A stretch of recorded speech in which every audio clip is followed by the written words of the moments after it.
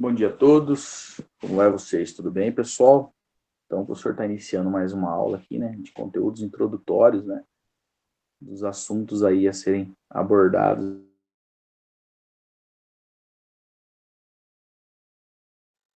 da matemática no ensino médio, né, em especial no segundo ano do ensino médio, é a parte de análise combinatória. Então, essa análise combinatória vai envolver, além de ser análise, né, analisar dados combinatórios, vamos trabalhar também com probabilidade. Então, é um ramo, né, que se encaixa no mundo estatístico. Então, quando vocês estudaram anteriormente aí alguns conceitos de estatística, né, tipos de unidade de medida, né, medidas de centralização, medidas de dispersão, né, moda, média, mediana, desvio médio, desvio padrão, variância, né, a gente chega, então, agora à análise combinatória, onde vai envolver probabilidades, etc. Um dos primeiros conteúdos aí a serem abordados é o princípio fundamental da contagem, o PFC. Dentro do princípio fundamental da contagem, ele é o conteúdo básico aí, né, chave, digamos assim, para que nós possamos entender essas análises. Então, a apostila traz uma abordagem inicial, né, que o Braille, né, mostrando aí as probabilidades e tal. Vocês depois dão uma lida aí, né, para vocês verem interessante, né. Princípio fundamental da contagem. Então, aqui tem um exemplo de jogos, né? Aqui traz um exemplo do jogo da Mega Sena, né? Probabilidade de você ganhar com a quantidade de jogos, né, que você vai fazer. Você fazer um arranjo, né, da quantidade de camisas combinando com suas calças, cintos, por exemplo. Aqui traz uma mesa de jantar onde que as pessoas aí podem combinar depois o tipo de vinho, o tipo de bebida com comida, né, os diferentes tipos de prato. E, por fim, traz dados aqui envolvendo análise e combinações numéricas aí de senha de banco, né? Então, alguma das abordagens aí que nós vamos trabalhar. Então, tá aqui. Vamos fazer essa introdução, né? Lembrando que esse vídeo, né? Não esqueça, é um vídeo apenas introdutório, né? Para que depois, no decorrer da aula, a gente possa mostrar com vocês aí a resolução do exercício, né? Então, vamos lá. Dentro do princípio fundamental da contagem, nós temos de quantas maneiras podemos escolher 6 dezenas para fazer uma aposta na Mega Sena. Então, para quem não sabe aí, quando você vai fazer um joguinho aí da Mega Sena, você escolhe, é muito comum você escolher aí até 6 dezenas, né? Seria o valor, pode escolher mais, né? Você paga mais caro. Então, o valor mínimo aí seria 6, tá? De quantas maneiras uma pessoa pode escolher a roupa para se vestir? De quantas maneiras uma família pode fazer um pedido em um restaurante? De quantas maneiras você pode criar uma senha em seu banco?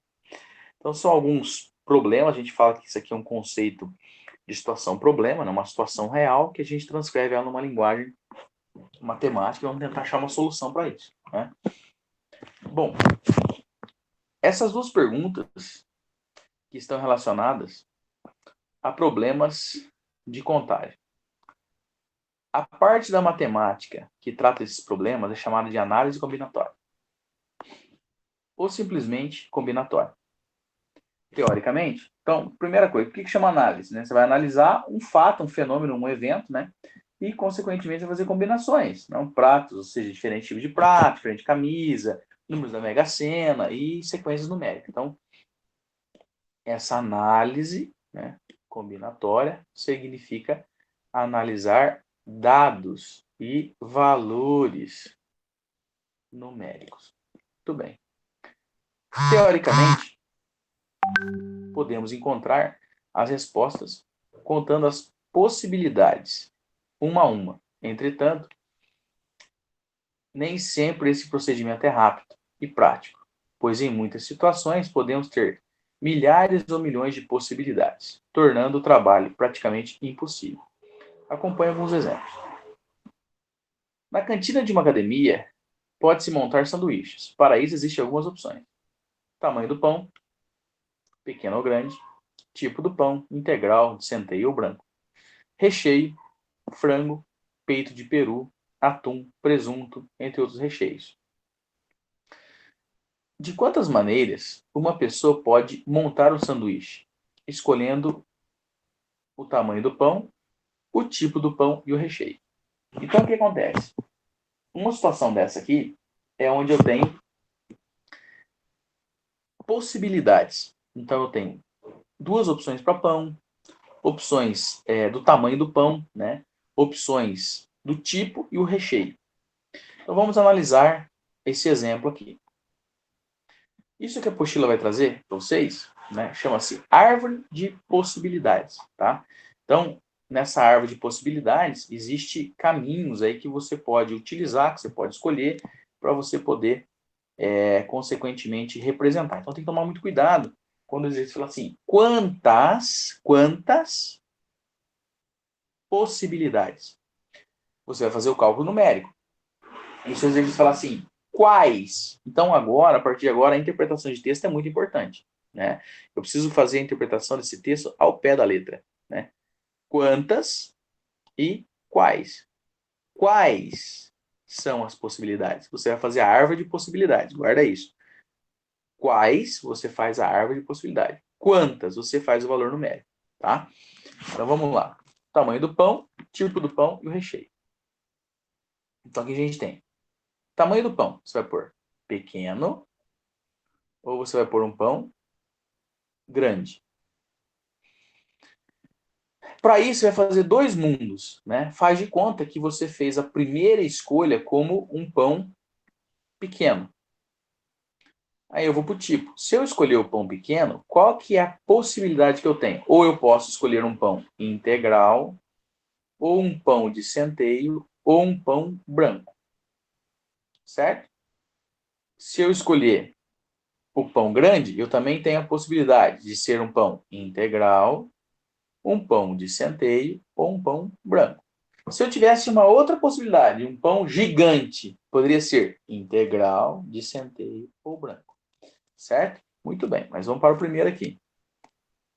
Então faz de conta que o professor escolheu, né, um pão pequeno e um pão branco. Aí eu tenho a possibilidade de recheio, que pode ser de frango, peito de peru, né, atum ou presunto.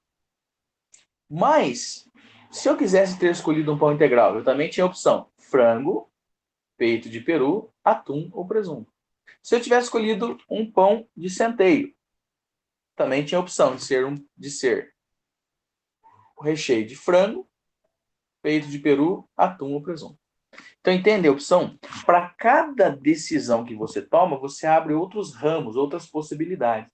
Então, se você for fazer isso aqui mentalmente, sem a ajuda aí de uma representação, né, de desenho, né, que é chamado de árvore de possibilidades, fica muito difícil você entender, né?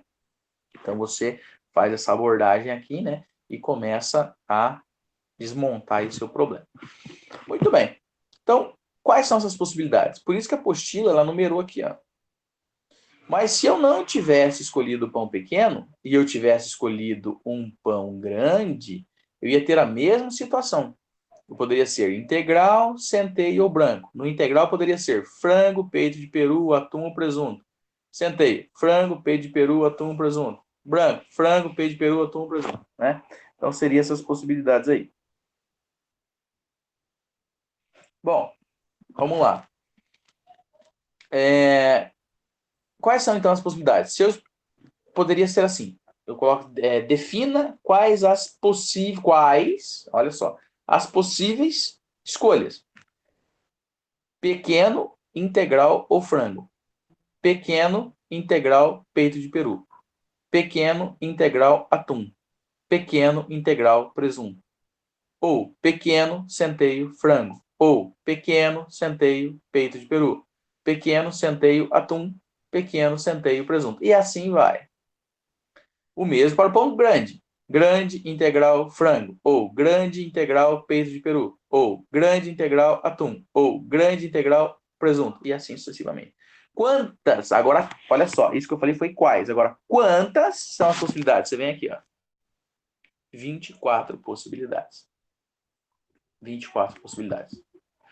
Se você contar, né? Muito bem. Mas note que o início da minha tarefa, tá? O exercício, ele me deu algumas alguns pontos norteadores, né? O primeiro foi, eu tinha duas opções de tamanho de pão, pequeno ou grande. Eu tinha 3 opções do tipo do pão, integral, centeio ou branco. E eu tinha mais 4 opções de recheio, frango, peito de peru, atum ou presunto. Então, a dica é o seguinte, se o exercício chegar para você, se você chegar a ler o exercício e ele citar assim, quantas possibilidades, torce que é só multiplicar.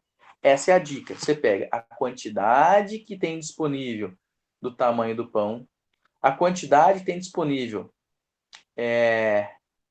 do tipo do pão e a quantidade que tem disponível de recheio e multiplica. 2 vezes 3 vezes 4. 2 vezes 3 vezes 4. 2 vezes 3, 6. 6 vezes 4, 24. Fácil. Lembra? Quantas? Agora, se falar quais, aí você precisa fazer a árvore de possibilidades.